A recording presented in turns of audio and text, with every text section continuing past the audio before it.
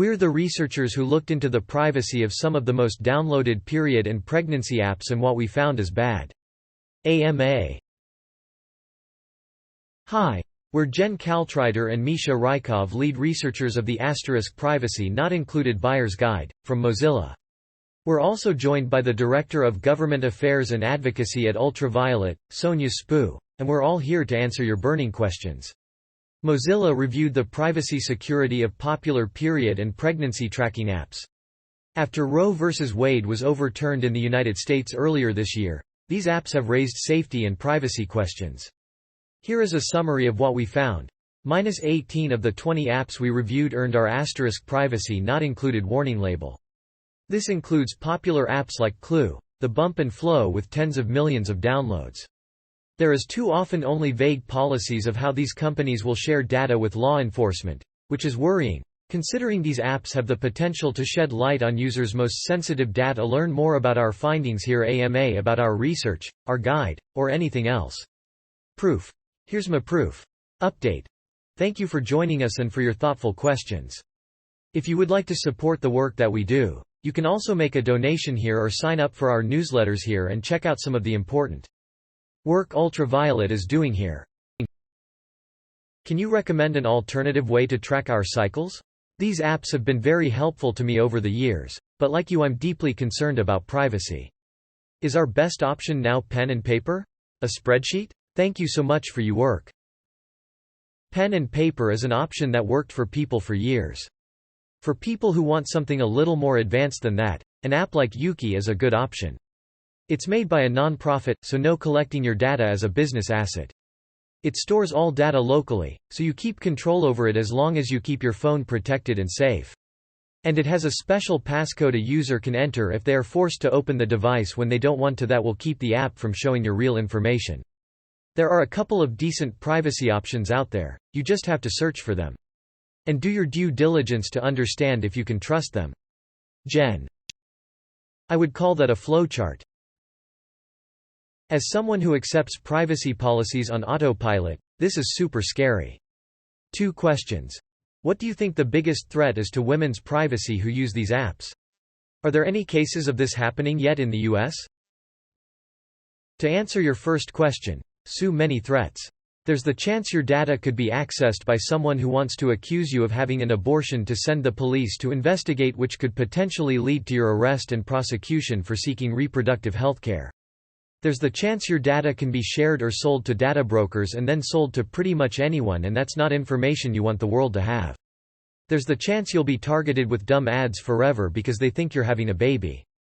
And the stories of women who lose their babies to miscarriage and the emotional harm seeing those ads do.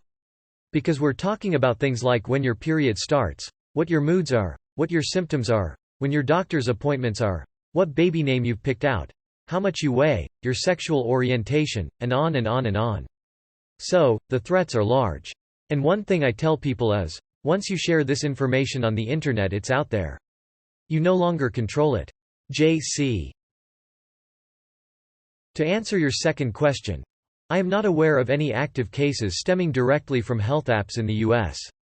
However, the FTC has filed an action against a data broker, Kachava, for selling geolocation data for mobile users that could be used to track people's movements, including to places like abortion clinics and such. Data brokers often collect their data from apps like the ones in the Mozilla study, and there isn't as much oversight on what they do with that data. You can learn more about this case here. Link in a post-Roe world. Many of these threats are so far theoretical. But Roe was only overturned a few months ago, and we know the anti-abortion movement has a long history of using data to target vulnerable people, including geolocation services to push anti-abortion content to people seeking abortion care in clinics. This is why reviews and studies like the Mozilla one are critical to alerting consumers and policymakers to the threats so we can mitigate them. Another great resource for protecting yourself online when thinking through reproductive health decisions is this guide, link S&S. This is interesting work. Can you shed more light on the methodology and depth of review that you perform? From a quick cursory read, it looks like you mostly just focus on the EULA privacy verbiage. Do you perform any technical reviews like traffic inspection to see external third-party calls? You can read the methodology we use to do our research here. We approach our research like an average consumer who has more time and experience reaching privacy policies. We look at what a company has made publicly available to try and understand their privacy practices before a user downloads or buys an app or device. We also email all the companies at the email address listed in their privacy policies for privacy-related questions. It's amazing how many companies never respond. Misha, my colleague, has started doing some deeper technical research and also digging into what data brokers can gather. We're a small team of 2 though, so doing that research takes more time, money, and resources. And we've found, we can learn a lot just by reading public privacy policies and asking companies our questions. We do track data transfers that apps are initiating, for example to advertisers like Facebook, AdWords, DoubleClick, Amazon, etc. There is only so far that we can see with this approach, and most of the connections that we observe are sharing of device IDs or advertisement IDs for advertising or other services.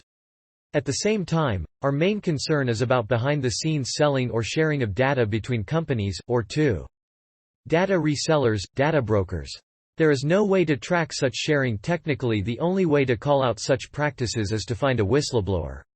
Sadly. So, in a nutshell, we do track connections and SDKs that sit at the app, but the ugliest things are as usually very hard to track.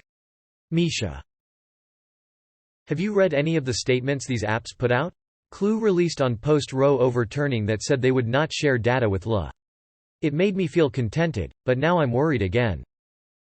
We have. And some of them have been very good. We appreciated Flow and Clue clarifying how they share data with law enforcement. That's great information for them to provide consumers. One thing Misha and I always worry about is how much these sorts of statements are actually policy and how much are PR efforts.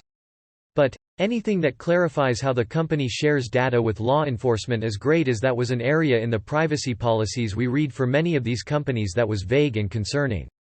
We also like seeing some companies moving where they store the data collected are of the US to European countries that are covered by stricter GDPR privacy laws. That's a real step to help protect consumers' data from being accessed by US law enforcement. Gen C agree with Jen that it is always great when companies release statements. But it's better when there is clear policy and regulation to keep companies honest, accountable, and to give consumers avenues of redress. Sonia. Oh, Samsung. I was just reading Samsung's privacy policy yesterday for the research we're doing into some of their devices for our holiday guide. It's pretty awful, to say the least.